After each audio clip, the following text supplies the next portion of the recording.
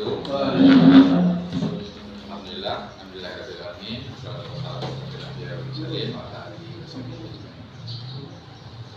Yang saya hormati rekan kerja penyuluh KB Kecamatan Ermelo dan Kecamatan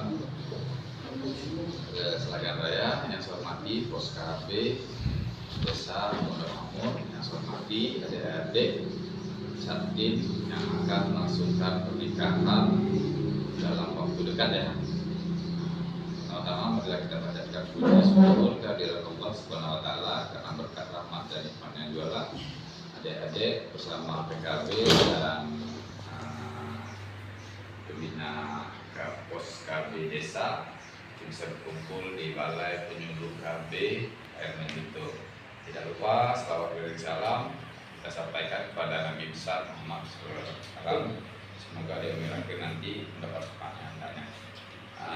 Kami di sini diamanahkan untuk memberikan pendampingan kepada adik-adik. Adapun pendampingan itu diantaranya pencegahan stunting.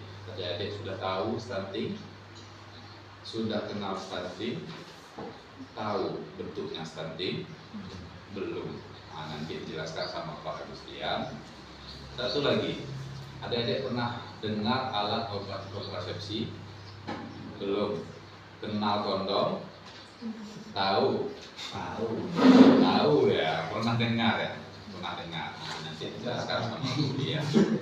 Mengapa kami ingin menjelaskan kepada Satin? Karena adik-adik bakal melaksanakan atau bakal melangsungkan keluarga. Dengan melangsungkan keluarga, setidak-tidaknya yang terjadi di masyarakat yang laki-laki terutama yang laki-laki, kita berkeluarga itu harapannya kan seluruh keluarga itu merencanakan kelahiran, ekonomi, pendidikan anak itu bersama-sama.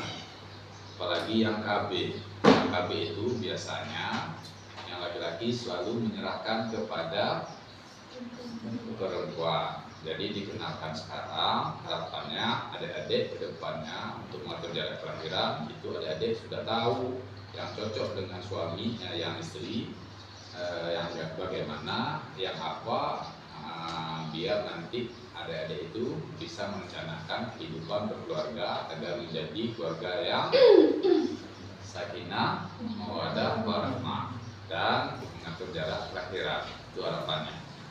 Tidak memperpanjang kalimat, silakan kepada Bu Lia untuk menjelaskan sedikit tentang alat obat kontrasepsi yang ada, yang terus bisa juga menjelaskan nanti bagaimana nanti kedepannya adik-adik ini mendapatkan akses untuk mendapatkan alat obat kontrasepsi ini.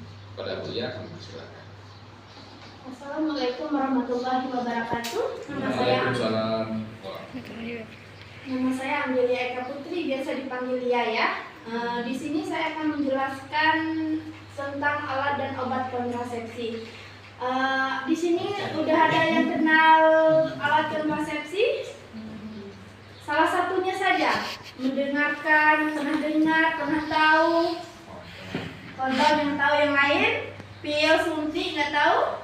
Nggak pernah dengar, nggak pernah lihat? Yang senyum-senyum itu kayaknya udah pernah lihat gitu ya. Di sini saya jelaskan dulu, kontrasepsi itu adalah suatu alat yang digunakan untuk kita mencegah kehamilan, baik karena penyakit, baik karena ingin menjarakkan kehamilan, atau karena untuk penularan penyakit menular. Seperti apa contohnya? HIV/AIDS, hepatitis gitu ya. Nah, di sini ada beberapa alat kontrasepsi yang seperti udah ada yang bilang tadi, seperti kondom, ada suntik, ada pil. Nah, alat kontrasepsi ini ada dua, yaitu NKJP dan non-NKJP. Nah, kalau yang NKJP itu penggunaannya jangka panjang. Apa aja yang di NKJP? Ada IUD, ada implan, ada MOW, ada MOP. Kalau MOW, MOP ini udah pernah kenal belum? Steril wanita sama steril pria. Itu biasanya di rumah sakit, itu sistemnya operasi ya. Nah, kalau yang IUD, nanti saya lihatkan bentuknya ya.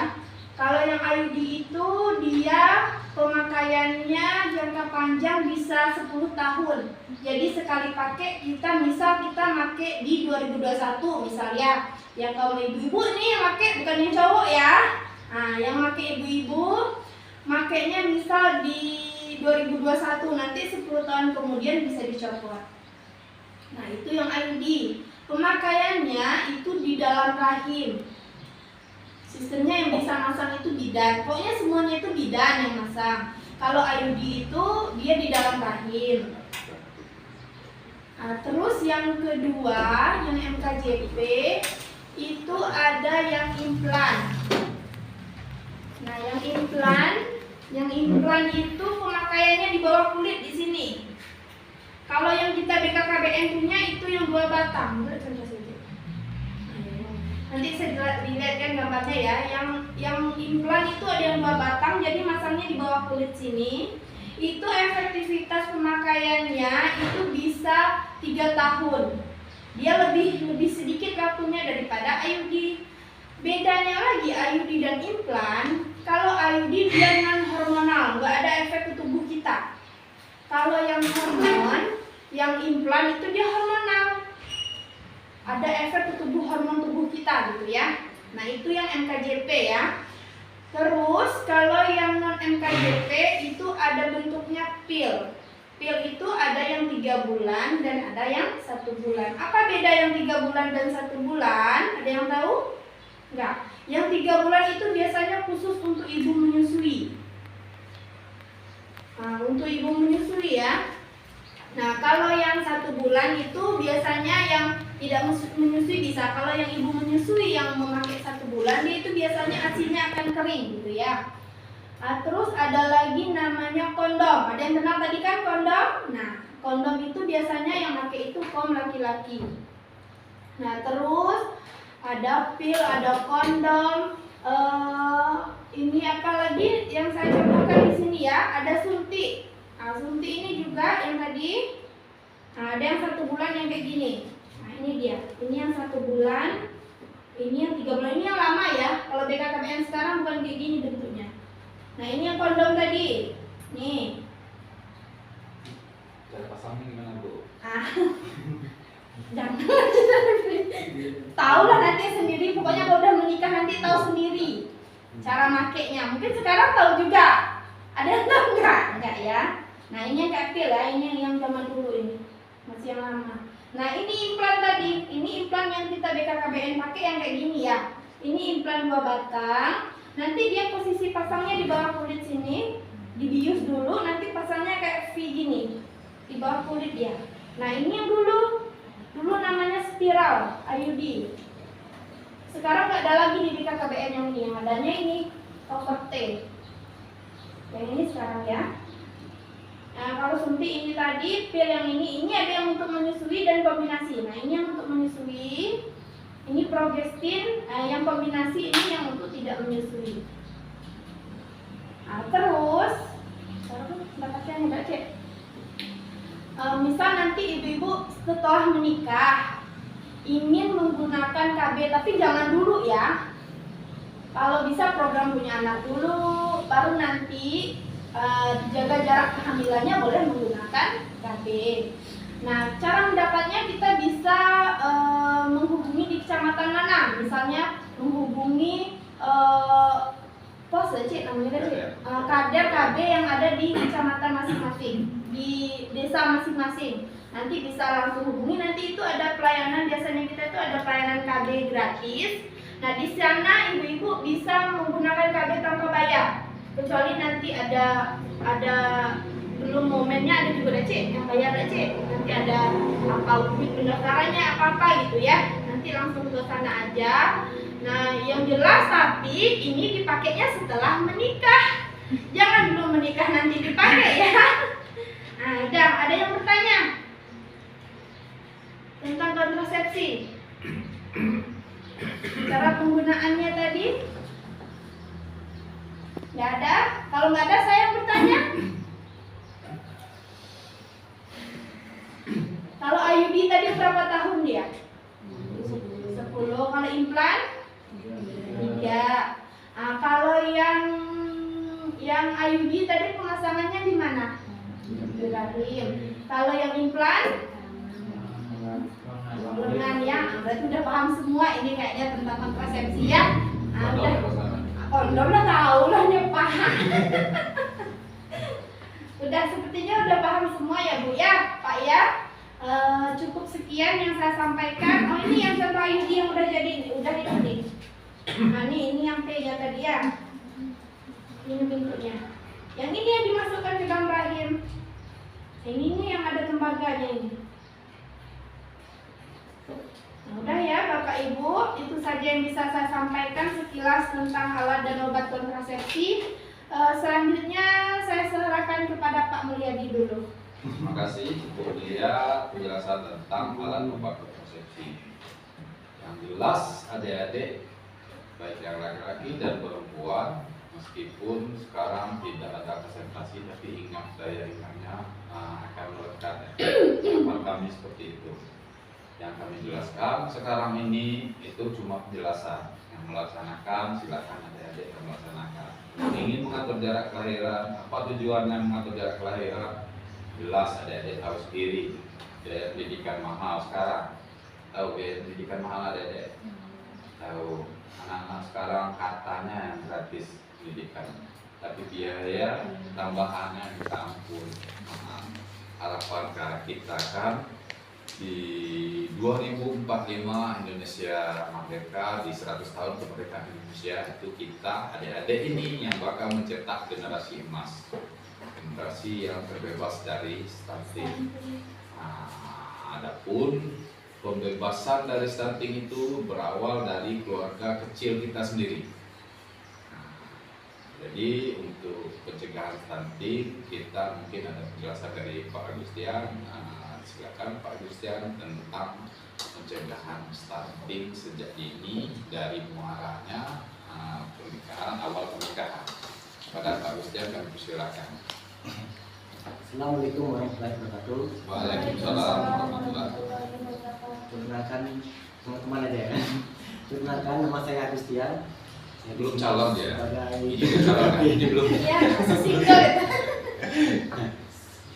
Saya bicara tentang ini aja ya, tentang program aja ya, sesuai dengan Perpres 72 tahun 2001 tentang percepatan penurunan stunting.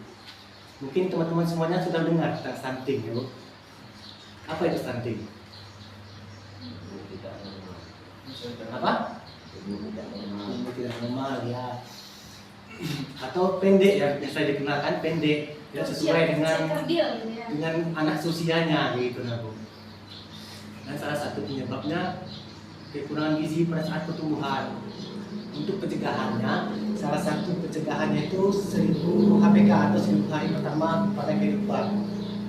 Pada fase itu dimulai dari 270 hari saat pembentukan janin sampai dengan anak usia 2 tahun. Dan pada fase itu pertumbuhan organ vital seperti jantung, hati, paru, otak itu mulai berkembang. Dan salah satu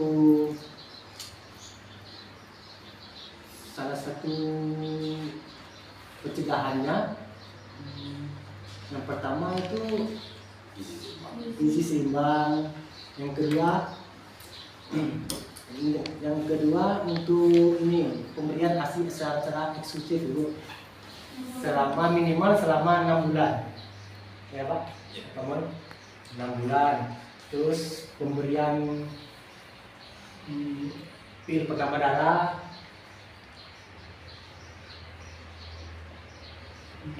dan pemeriksaan rutin di bidan gitu, posyandu begitu ya Pak. Nah, mungkin kalau untuk 1000 PK mungkin itu aja, mungkin ada tambahan dari Pak Mul. Betul ya. Itu aja yang untuk 1000 hari APK itu salah satu pencegahan dari stunting. Dan itu saja. Terima kasih. Assalamualaikum warahmatullahi wabarakatuh. Waalaikumsalam warahmatullahi wabarakatuh. Terima kasih Pak Agustian. Putusan tentang 1000 PK dan pencegahan stunting. Kita dalam pencegahan stunting, adik-adik inilah agennya nanti, agen perubahan agar nanti tidak terjadi stunting di dalam keluarga. Adik-adik tahu nggak, meskipun ekonominya bagus, bisa ada kejadian terdeteksi kepada anak-anaknya terjadi stunting. Pernah dengar nggak? Ekonominya bagus, asupan gizi orang tuanya bisa memberikan asupan gizi kepada anak, baik di masa 1000 PK yang dijelaskan Ibu Pak Agustian tadi. Masa PK tahu ada 1000 hari pertama kehidupan, 9 bulan di kandungan sampai 2 tahun dilahirkan. Apalagi di trimester pertama. Trimester pertama itu biasanya entah sukses, entah ingin manja-manjaan sama si suami, itu sering terjadi mual muntah. Nah, di saat ini ada yang berbasis kesehatan kan? Ada yang di sini? Nggak ada. Nanti seandainya terjadi mual muntah, dikuatkan hati, dikuatkan fisik, tetap mengkonsumsi makanan gizi seimbang. Jangan dipaksa nanti ya, psikologinya juga kena nanti. Psikologi yang perempuan tetap dianjurkan, masih sayang-sayangan dengan cara dan trik masing-masing ya. Di trimester pertama itu membentukkan otak, membentukkan organ-organ lainnya, itu sangat bagus. Itu yang disampaikan oleh Pak Agustian tadi di 1000 PK. 1000 PK juga stunting tahu kan ini? Yang jelas kekurangan gizi kronis, yang jelas tidak harus orang itu miskin, enggak. Kalau muko-muko kata pakar kesehatan, muko-muko itu enggak bakal terjadi stunting kalau melihat ekonomi dan kekayaan alam kita. Ikan kita banyak ya, ikan banyak, sayur-sayuran ada ya, ada. Buah-buahan cukup ya, mangga bisa ditanam ya. Apel yang masih kita beli ya, apel masih ada juga, masih mungkin kemungkinan masih ada yang nanam ya. Kemungkinan mau tumbuh nanti mau berbuah juga di muko. Nah, untuk makanan tambahan mungkin yang seperti tadi itu adalah bisa dijangkau oleh adik-adik. Berarti stunting tidak dikarenakan oleh faktor ekonomi, tapi pengetahuan orang tua atau bakal calon ini nanti. Nah, jadi untuk pertumbuhan adik-adik, kalau bisa nanti tahu daun kelor ada, asupan gizi seimbangnya itu banyak sekali. Nanti cari aja ya apa manfaat daun kelor dari susu sapi ya. Dari susu sapi itu melebihi beberapa tingkat seperti itu. Dari daging lebih juga seperti itu. Bisa dimodifikasi semuanya. Saya berharap tadi ada PKK yang di sini karena ada keperluan lain. PKK tidak bisa melakukan pendampingan. Adapun kami melakukan pendampingan di Perpres 72 tahun 2021 itu sebenarnya itu di 3 bulan. Di 3 bulan menjelang adik-adik ini melakukan pernikahan. Itu tadi untuk menjelaskan, untuk menerangkan setidak-tidaknya pengetahuan umum untuk adik-adik agar mempersiapkan pernikahannya ke depannya, agar mempersiapkan tidak terlahir anak stunting, agar mempersiapkan di 2045 nanti itu generasi emas yang digadang-gadangkan oleh pemerintah itu terjadi. Siap nggak kira-kira adik-adik?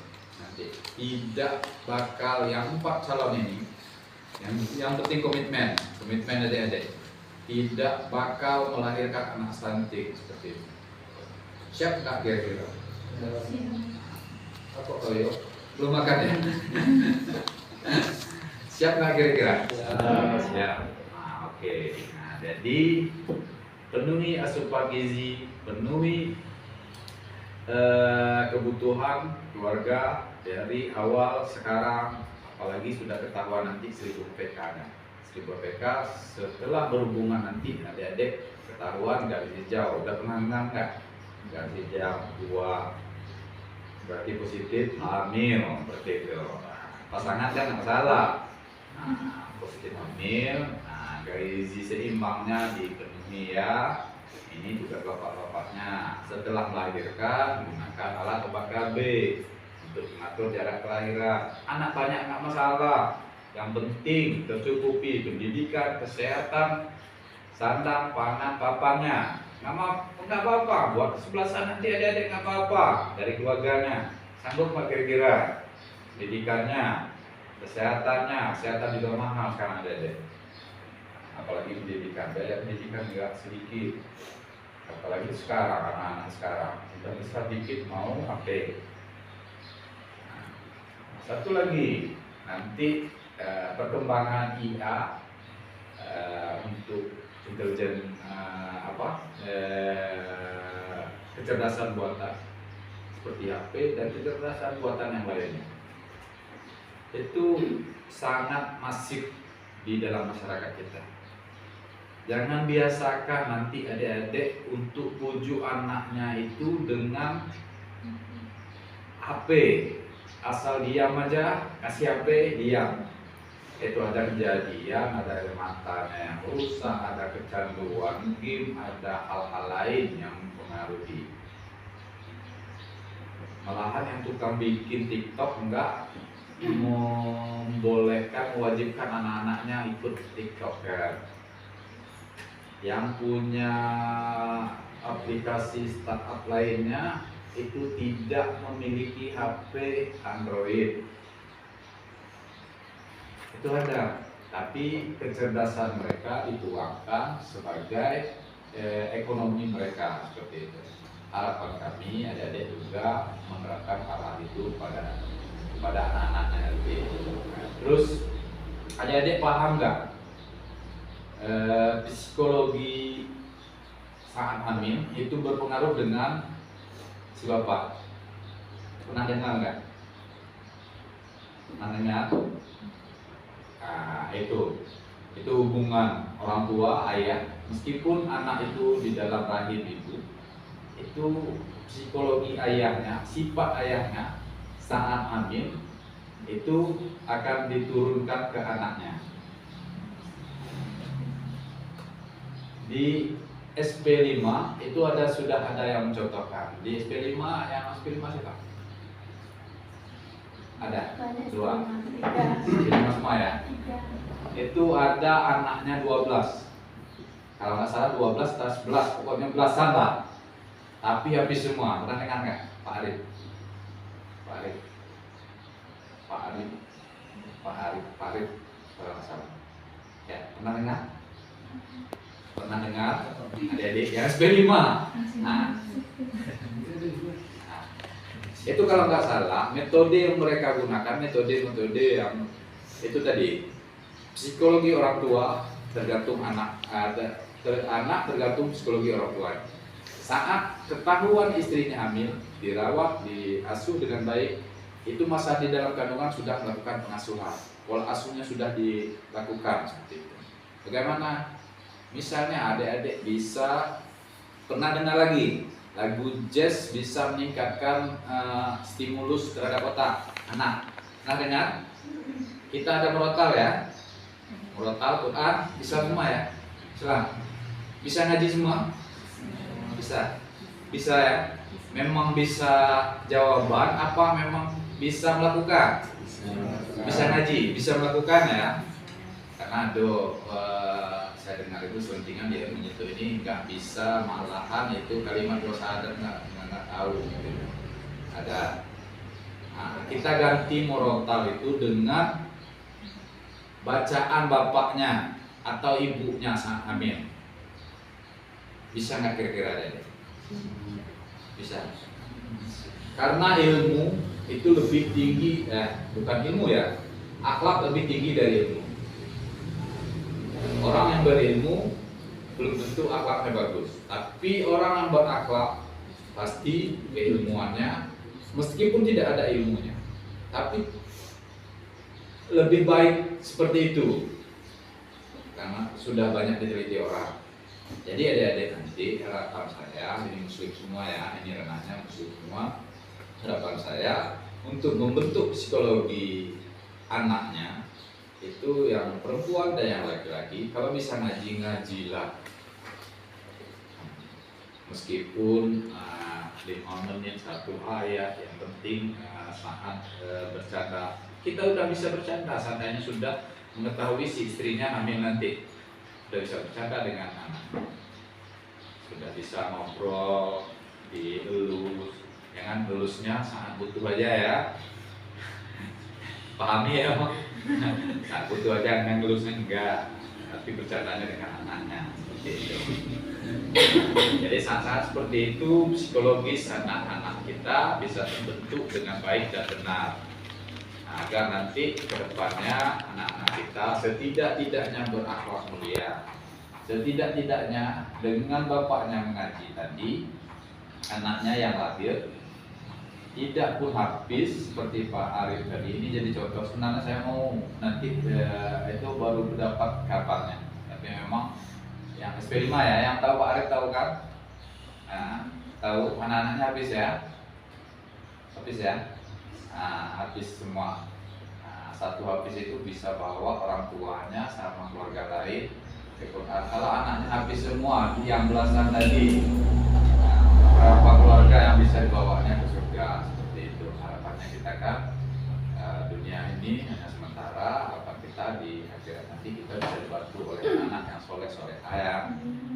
Dan anak-anak harapan kita itu tadi juga bisa membangun negara kita dan tidak terjadi stunting.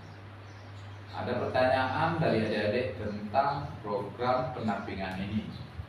Kalau tidak ada pertanyaan, saya yang tanya ya. Izin pertanyaan, boleh adik-adik? Boleh.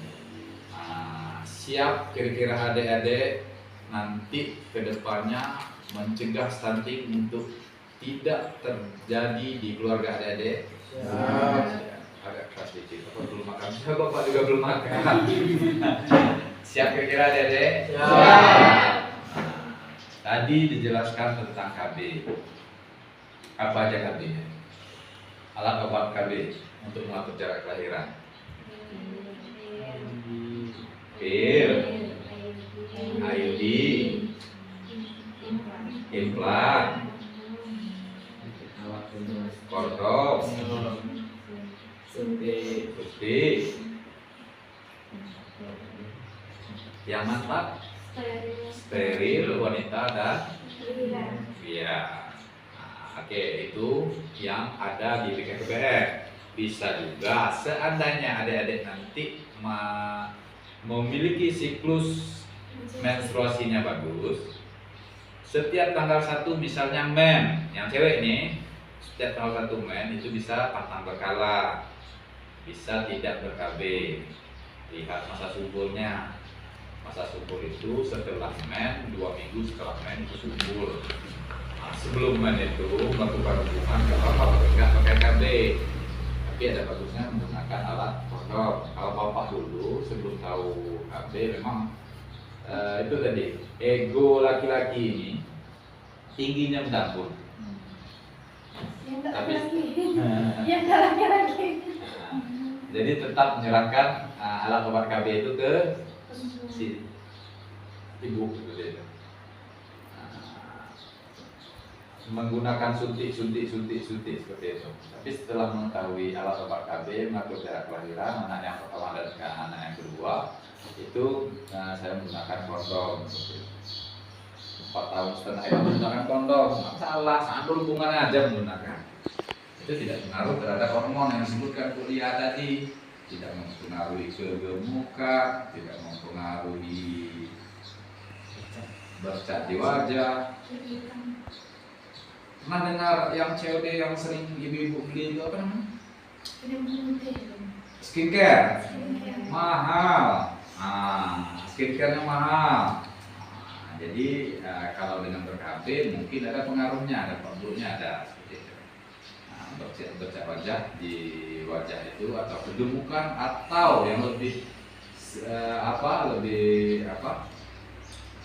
yang memang jarang terjadi, tapi pernah juga terjadi, itu dingin terhadap suami. Dingin itu tidak mau melayani, seperti itu. Itu ada dampak dari hormonal. Kalau seandainya dingin terhadap suami nanti, sekarang adik yang laki-laki sudah tahu kan, jangan langsung berantem. Disuruh ganti alat obat KB-nya. Mungkin adik-adik yang laki-laki yang menggunakan alat KB tadi, implan yang kondom, atau menggunakan yang perempuannya diganti ke IUD non hormonal. Manfaat dari IUD itu adik-adik yang perempuan bisa sekalian periksa rahimnya. Tahu rahim adik-adik? Rahim itu di liang segama, tempat bersetubuh nanti. Tahu? Nah, di situ rahim. Nah, disitulah perempuan ini faktor pembunuh utamanya adalah kanker serviks. Nah, saat pemasangan IUD, petugas bidan itu bisa memeriksa sekalian rahim tadi, apakah ada terindikasi kanker serviks seperti itu. Nah, di vaskesnya, petugasnya bukan bapak ini atau saya, itu bidan terlatih. Nah, nggak apa-apa dipasangkan. Sekalian melihat kanker serviks yang ada di adik-adik. Nah, kita nggak tahu, kita kelihatan sehat fisik, tapi di rahim kita karena bermacam kuman, masalah sanitasi atau hal lainnya, makanan, itu terjadi kanker serviks terhadap adik-adik. Nah, itu bisa saat menggunakan IUD. Mungkin itu yang bisa kami jelaskan. Nggak ada pertanyaan lagi ya Dedek? Nggak ada, udah ngantuk, udah lemas, mau setoran, mau cepat-cepat ya. Yang penting adik-adik ingat bahwa pencegahan stunting itu adalah adik-adik ini agen. Agen generasi berencana di 2045 adalah adik-adik ini. Untuk mengatur jarak kelahiran itu alat obat KB-nya sudah dijelaskan. Asupan gizinya punya HP smartphone semua? Punya. Cari bagaimana merawat anak, pola asuh anak, ada di situ. Di kuesioner yang ada isi tadi, LCMIN itu ada semua. Itu kami suruh adik-adik untuk mengupload aplikasi tadi agar mendownload aplikasi tadi agar adik-adik tahu, bisa dibaca. Karena minat baca kita ini orang Indonesia itu 0,01% per 1000. Dari 1000 orang itu, mungkin di sini nggak ada ini yang minat bacanya bagus. Yang satu tadi nggak ada di sini, kelihatan masuk kami. Nah, jadi dicoba nanti ya, terutama baca Al-Quran, sanamil nanti ya, sanamil ataupun mau bikinnya nggak apa-apa juga. Baca Al-Quran agar nanti terutama itu surat Yunus ya, agar nanti anaknya ganteng dan nanti akhirnya. Terus yang untuk apanya, untuk asupan gizinya disiapkan nanti agar adik-adik bisa menyiapkan gizi seimbang pada calon anak-anaknya. Demikian yang bisa saya sampaikan. Apa yang kami sampaikan adalah program dari pemerintahan pusat. Seandainya baik, silakan adik-adik laksanakan. Itu pun kewajiban adik-adik untuk mempertanggungjawabkan hasilnya nanti kepada anak-anaknya. Saya akhiri, wabillahi taufiq wal hidayah. Wassalamualaikum warahmatullahi wabarakatuh. Silakan adik-adik.